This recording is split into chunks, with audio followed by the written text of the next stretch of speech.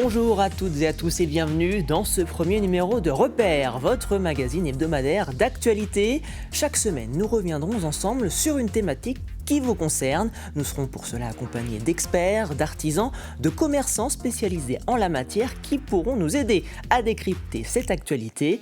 Et pour lancer cette saison, j'accueille à mes côtés Nathalie Pilonnière, gestionnaire du camping Campilo à Aubigny, mais également membre du conseil d'administration de la Fédération vendéenne de l'hôtellerie de plein air. Bonjour Nathalie. Bonjour Florian. Eh bien, commençons peut-être Nathalie à évoquer ensemble le camping dont vous êtes la gestionnaire à Aubigny. Parlez-nous donc de cette saison 2025 qui, je le rappelle, n'est pas encore tout à fait finie. Non, effectivement, elle n'est pas tout à fait finie. Elle se finit, moi, pour mon camping, fin septembre, pour d'autres campings, fin octobre. Et elle s'est passée très, très bien avec le beau temps. On remarquera une progression sur l'ensemble des campings de plus 1,7% en nombre de nuitées, qui est quand même une progression, donc qui est liée aussi au beau temps, puisqu'il a fait très très beau, avec des difficultés à remplir quand même début juillet, où là il a fallu jouer les cours serrés, raccourcir les séjours aussi pour les clients, pour qu'ils puissent venir. Et puis pour le mois d'août, ça a tardé à remplir, mais au final, avec le beau temps, tout s'est bien fini et nous avons fait une belle saison. Donc oui, quelques petits trous dans la raquette, comme vous le mentionnez. Alors, est-ce que peut-être il y a eu des coins privilégiés en Vendée pour les vacanciers ? Je le rappelle, près de 8 vacanciers sur 10 viennent sur la côte vendéenne. Oui, donc les coins privilégiés sont bien sûr avant tout la côte vendéenne. La plupart des vacanciers vont sur la côte vendéenne, mais aussi, il y a aussi le rétro-littoral qui tourne de mieux en mieux par du fait que ce soit moins cher aussi que sur la côte vendéenne. Les emplacements sont plus grands, plus calmes, mais la côte vendéenne reste la destination privilégiée des vacanciers. Et justement, les Vendéens et les Vendéennes ont l'habitude d'entendre de l'anglais, du néerlandais, de l'allemand sur les plages et un petit peu partout sur nos sites patrimoniaux. Est-ce que ça a été une nouvelle fois le cas cette année ? Oui, les Anglais sont revenus en force avec plus 9%. Les Hollandais aussi, sont beaucoup revenus. Moi, je l'ai remarqué au sein de mon camping, beaucoup plus de Hollandais que d'Anglais même. Et donc, ils adorent nos régions, nos départements.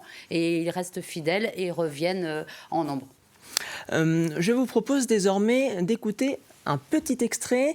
Cela avait lieu cette semaine dans la matinale de TV Vendée.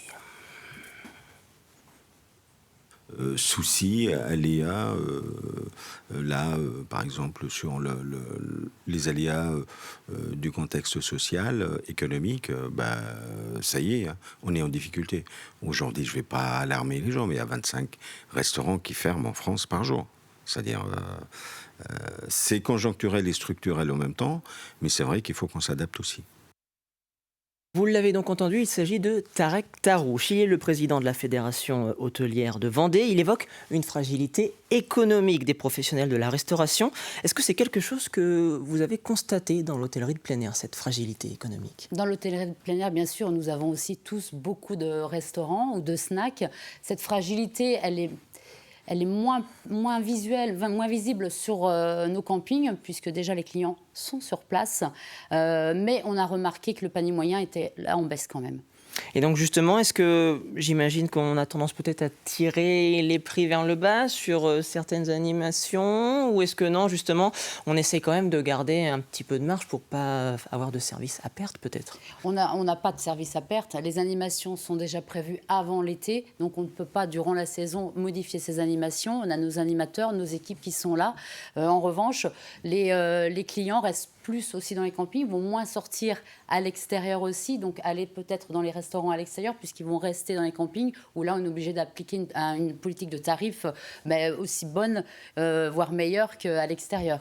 Et est-ce qu'il y a peut-être des innovations ? Est-ce que les campings essayent d'innover justement pour pouvoir séduire cette clientèle ? Bien sûr, on innove tout le temps. Si on n'innove pas, les campings, il n'avancera pas. Donc tous les ans, on innove. On essaie d'apporter plus de services aussi, comme avoir des spas privatifs sur les terrasses, avoir des espaces aquatiques de plus en plus énormes pour ceux qui peuvent, ou alors avoir quelque chose de différenciant comme un lagon au sein du camping. Il faut toujours avancer, proposer de nouvelles attractions, de nouvelles animations pour nos clients, pour les enfants, car on touche beaucoup une clientèle familiale essentielle. Je vous propose, Nathalie, de changer de thématique, et pour cela, je vous propose d'écouter un second extrait. Un arrêté préfectoral ordonne la fermeture d'urgence de la discothèque, du restaurant et de la piscine du camping Les Sables d'Or à la Tranche-sur-Mer. De graves manquements aux règles de sécurité, d'hygiène et à la santé publique ont été constatés lors d'un contrôle inopiné mercredi dernier. La discothèque de l'établissement faisait déjà l'objet d'un arrêté de fermeture administrative par le maire, mais cette mesure n'avait pas été respectée. C'est donc l'une des actualités qui a marqué le mois d'août en Vendée, la fermeture de plusieurs services du camping des Sables d'Or. Vous êtes donc membre de la Fédération de l'hôtellerie de plein air. Rappelons peut-être déjà quel est son rôle et puis comment, au sein de cette fédération, vous avez vécu ces fermetures. La Fédération de l'hôtellerie de plein air vendéenne est une grosse fédération puisque nous avons plus de 270 adhérents sur plus de 300 campings en Vendée, qui est le plus gros département au niveau national en nombre de campings. Et notre fédération a le but d'accompagner tous nos terrains de camping par des formations qui nous professionnalisent de plus en plus parce que nous avons plein de corps de métier au sein de notre activité. Donc, elles nous accompagnent sur la sécurité, sur l'hygiène alimentaire aussi, au sein de formations, sur la réception au niveau de l'excellence dans l'accueil des clients. En fait, plus de 30 formations sont dispensées aux professionnels des campings ainsi qu'à leurs salariés et elles sont proposées et nous les accompagnons bien sûr lors de difficultés pour les aider à se sortir des difficultés et aussi être accompagnés par un avocat au sein de la fédération. Et justement, dans un cas comme celui-ci, lorsqu'il y a une fermeture, quelles ont été les premières choses qui ont été mises en place en termes d'accompagnement et peut-être de prise de contact au sein de la fédération ? La fédération s'est tout de suite bien sûr déplacée pour évaluer pourquoi il avait été fermé. Une personne de la fédération est allée sur place, a écouté bien sûr les gérants de ce camping et les aide à les accompagner et à comprendre où ça n'a pas été. Et du coup, on les accompagne derrière pour qu'ils puissent se sortir de ce trou et de ces problèmes qu'ils ont eu actuellement.